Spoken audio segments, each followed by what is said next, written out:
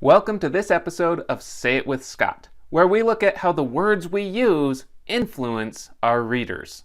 I'm Scott Sery. I'm a copywriter, and I'm a lover how we can take a word here and there in a sentence, twist it around just a little bit, and dramatically change the entire message that we're sending. This episode is brought to you by Strategic Advisor Board and by my company, Sery Content Development.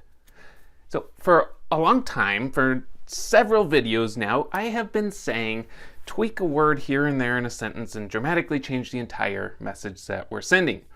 But then I realized I don't really give very many examples of how we can tweak a word here and there in the sentence and dramatically change the entire message that we're sending. So I put together a list of just a handful of words that we can change and make our writing pop a little bit better. It might not dramatically change the entire message, but it'll make somebody think a little bit more when they're reading instead of just kind of skimming through and saying blah, blah, blah, yeah, whatever, get on to the next point. So this is by no means an exhaustive list. I just jotted down some of the first ones that I could kind of think of, and you'll have to apply them to your own business. Obviously, somebody that is a landscape photographer is going to have a very different message than somebody that's an accountant, who will have a much different message than a copywriter out there. So I actually wrote these things down so I can stay on track here. But as I go through these, think how they apply to your own business, how you can tweak these words a little bit so you can send a different message to your readers that will inspire them to click that buy now button or sign up or whatever your call to action is at the very end. So these are kind of taking some of the common words that we use every day. They are quick, they're easy, and they get a message across.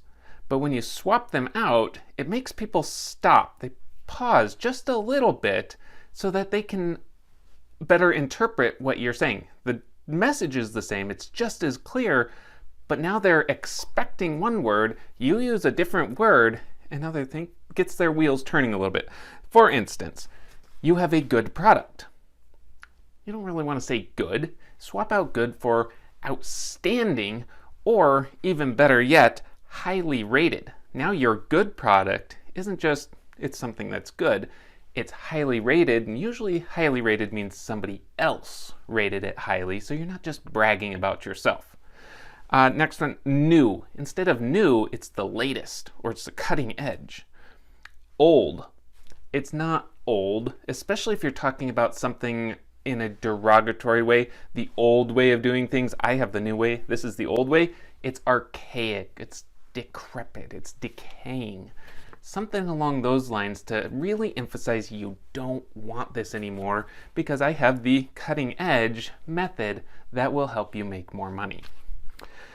Different, it's not different, it's exotic, or it's uncommon, or it's rarely used.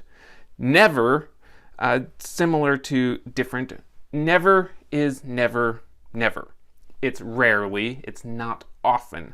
When you say never, that puts a really firm stamp on things. So if you use rarely or not often or uncommon, now people are a little bit more open and they're not as turned off with that hard word. Things is really difficult because sometimes you're talking about all the things that go into running a business. And every business is different, so you can't really talk about, I can't give you straight examples that really apply to you. You'll have to figure this one out on your own. If you're a real estate agent, it might be property. If you're a mechanic, it might be tools.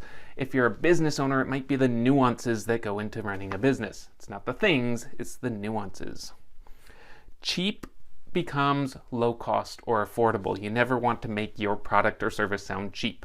It's affordable to everybody. It's low cost. Something along those lines that dampens that word. Or something like more. If you want to make more money, sure, we all want to make more money. If you want to make supplemental money, extra money, something that changes the meaning just a little bit, that's more than more.